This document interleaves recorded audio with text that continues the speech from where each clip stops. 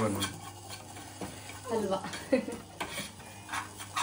तिला विचारलं तू खाशील यम्मी यम्मी बनव काढते. हा जियाना यम्मी यम्मी बनव खाशील. काय खाते? खाशील का नक्की? जियाना फिनिश करशील ना पूर्ण? ए जियाना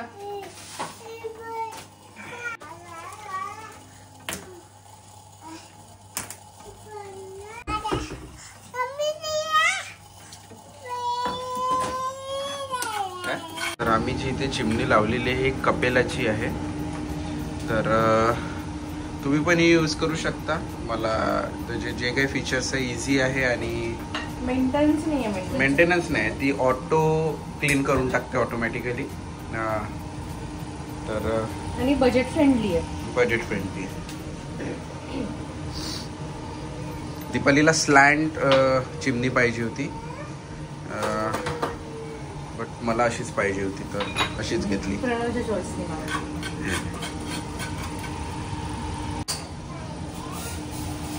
पाणी का बरं टाकत? तिला दूध नाही देते ना, कमी देते ना दूध.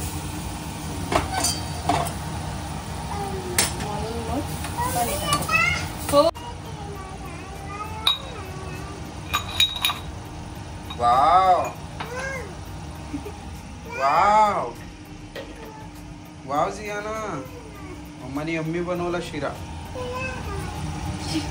काय काय बनवला? शिरा. किती बोलते जियाना. शिरा शिरा म्हण. आम्ही जियाला प्रयत्न करतोय म्हणजे शिकवायचा. ए फॉर ऍपल बोलते थोडीफार. Ziana A for B for B for ball बाळा.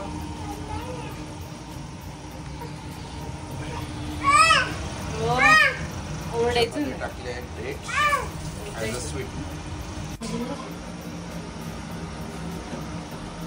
काय करत आहेस जियाना तू?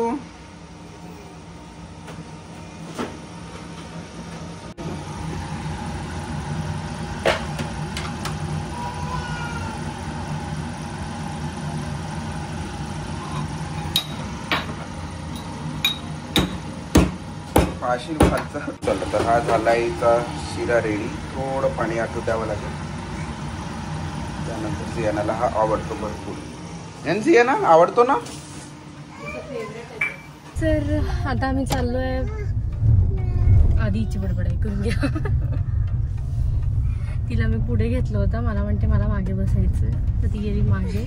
आणि आता आम्ही चाललो रोशुताईकडे. बिकॉज आज जिजू गेले होते मम्मी पप्पांकडे, तर ते काही मेडिसिन्स घेऊन आलेले आहेत, म्हणून आम्ही ते मेडिसिन्स घ्यायला चाललो आहे. आणि आमचं जेवण वगैरे सगळं झालेलं आहे. आता वाजले रात्रीचे 10:30. तर येस आहे. 20 डेजपासून आमची थोडी तब्येत नरम गरम असं सुरू आहे. कधी बरं वाटतं, कधी खूप चांगलं वाटतं आणि कधी असं एकदम डाऊन होते तब्येत. तर काही कळत नाही एक्झॅक्टली काय होतं. जियानाला पण आता मेडिसिन्स दिले. जियानाला परत ताप आलेला होता, तर तिला परत मेडिसिन दिलेली आहे. माझी पण थोडी तब्येत बरोबर नाही आहे, व्यवस्थित नाही आहे. तर येस हा महिना असाच गेला. पण फेब मंथ कम्प्लिटली म्हणजे जेव्हापासून आम्ही गोव्यावरून आलो तेव्हापासून आमची टर्न वाईज सुरू आहे आमचं. आणि हा महिना कसा निघून गेला Feb month. Today is 1st of March. तर नवीन महिना स्टार्ट झालेला आहे आणि स्टील आमचं तेच सुरू आहे. तर येस बघू आता. आणि आमचं वर्कआउट वगैरे सगळं बंद आहे. माझा जिम बंद आहे. लास्ट 20 डेजपासून मी जिमला नाही गेलेली आहे. आणि चालू आहे, पण तुझाही गॅप होतो ना आधीमध्ये. हा, प्रणवचाही गॅप होतोय. बिकॉज प्रणव 2 दिवस जातो, परत 2 दिवसानंतर प्रणवला थकवा जाणवतो, दम लागतो, तर मग प्रणव पण मग ते स्किप होऊन जाते. म्हणजे ते जे रेग्युलर रुटीन चालू होतं ते नाही सुरू आहे आमचं व्यवस्थित. इव्हन खाण्यापिण्याचं पण तेच.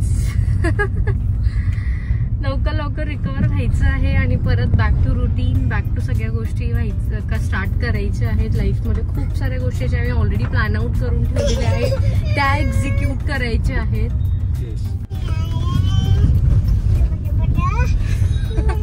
चला तर जियानाचा चालू आहे आता डिनर आणि तिच्यासाठी बनवलाय दीपालीने स्पेशल काकडीचे पराठे. तर आता थोडी खायला लागली आहे जियाना, बट अगोदर भरपूर तिने त्रास दिला तब्येत खराब असल्यामुळे. आणि तिच्यासाठी 4 टाइम वेगळं वेगळं बनवावं लागत आहे मला. त्यात पण ती चूजी झालेली आहे. जर तिची इच्छा झाली तर ती खाते, अदरवाईज नाही. पण तिचं वेट वाढवावं लागेल आणि तिचे टेस्ट बर्ड्स थोडं डेव्हलप करावं लागेल. तर ही मेहनत आता थोडे दिवस करावं लागेल. आधी असं नव्हतं, आधी ती सगळं खायची.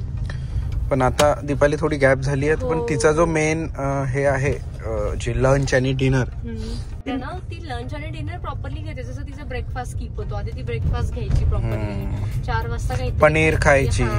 ते सगळं मी घेऊन येईल पनीर मग उद्या. पण चालेल ना, विचारावं लागेल आपल्याला की देता येईल. देईल ना, आता कफ भरपूर कमी झाला तिचा.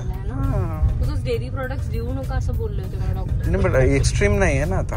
बंद कर ना ते. हे घे एक पराठा जरी खाल्ला ना आता तर खूप बरं होऊन जाईल.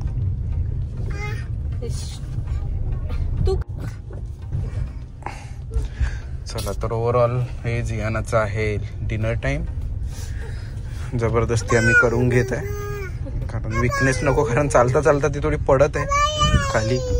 पण खूप डिफिकल्ट फेज आहे हा. म्हणजे जी आम्ही न्यूक्लिअर फॅमिलीमध्ये राहतो, आम्ही 2घच जण राहतो. आणि चॅलेंजिंग पण तेवढंच आहे, कारण की जसं तुम्ही फॅमिलीमध्ये राहता ना, तर ते किड्स खूप वेगळे ग्रो होतात. आणि जे एक न्यूक्लिअर फॅमिली असते ना, जसं आम्ही 2घच असतो सोबत, तर ते खूप चॅलेंजिंग होऊन जातं. जर तुमची तब्येत, तुम्ही आजारी आहे, तुम्हाला बरं नाही वाटत आहे, तरी यू हॅव टू डू.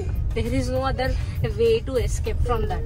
तर असं सिच्युएशन आमच्या दोघांची पण असते. इव्हन आतापर्यंत तेच झालंय. मला बरं नाही तर प्रणव करायचा, इकडे तो झोपला की मग मी तिची ड्युटी करायची.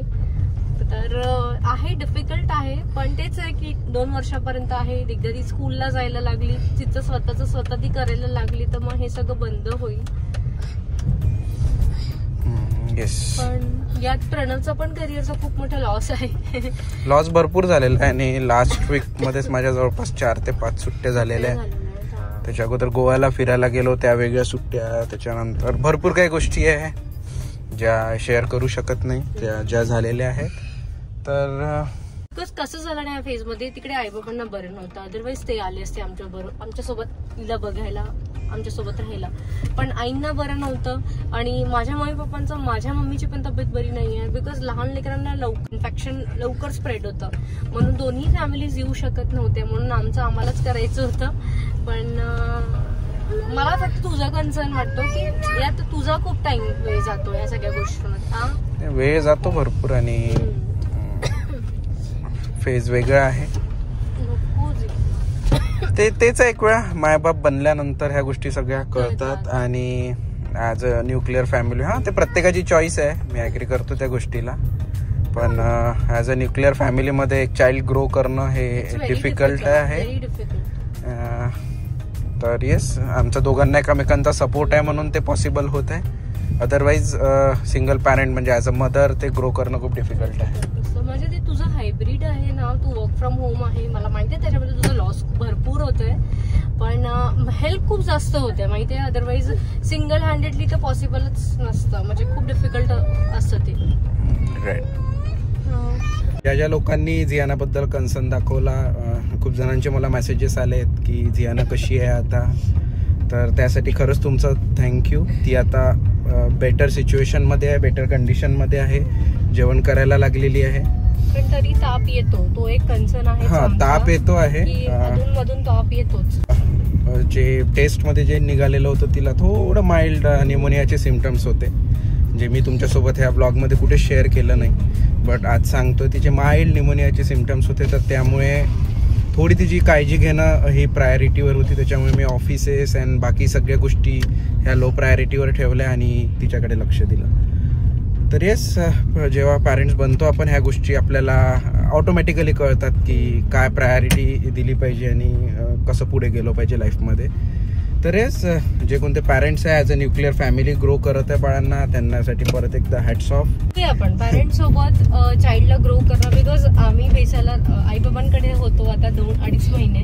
तर मला फक्त घरचे कामं होते, दॅट्स इट. अदरवाईज आई बाबा तिला भरवायचे, आई बाबा तिला झोपवायचे, तिला सगळं रुटीन आई बाबा करायचे आम्हाला. बिकॉज इतर कामं पण होते, आमचे ब्लॉगिंगचे कामं होते, प्रणवचं ऑफिसचं काम होतं, इव्हन कम्प्लिटलीच याला सांभाळायचे. तर खरंच ते खूप सोपं आहे आई बाबांजवळ, म्हणजे आजी आजोबांसोबत राहून बाळाला ग्रो करणं. तर जे पण आमच्यासारखे पेरेंट्स असतील जे सिंगल हँडेडली आपल्या लेकरांना ग्रो करत आहे, खरंच ही खूप मोठी गोष्ट आहे.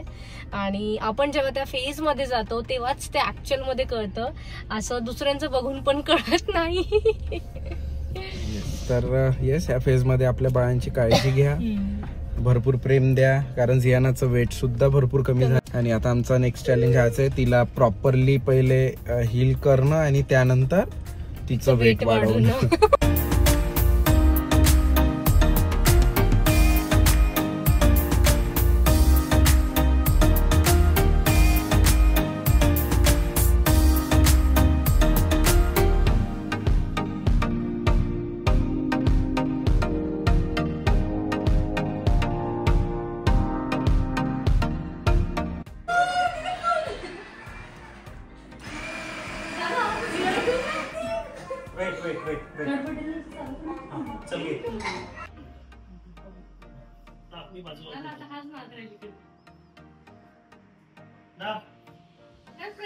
दाब पायानी पायानी ये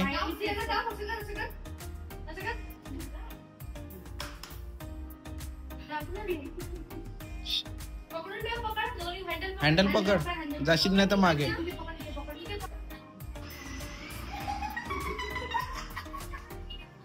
चले दाब परत. पटकन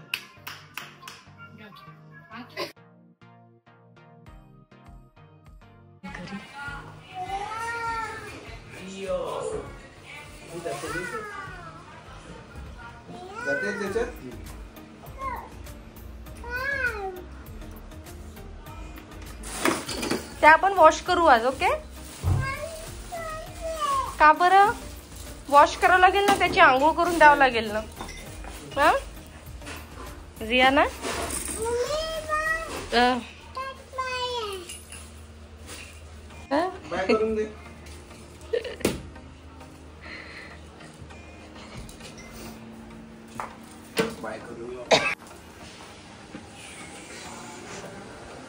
लावलेत का ते?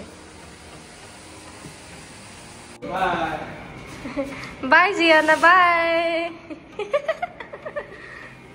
तर झियाना ही रेडी झालेली आहे. आम्ही जातोय बाहेर. थोडा चेंज, तिला वेट भरपूर कमी झालेलं आहे तिचं. अराउंड 2 kg लॉस झालेलं आहे. 2 kgचा लॉस आहे तिचा ओव्हरऑल. मी आलो आहे शॉपिंग करायला. भरपूर दिवसापासून झियानाची शॉपिंग पेंडिंग होती. घरी घालायलाच कपडे नाही तिच्या, तर आलो आहे आम्ही कपडे घ्यायला.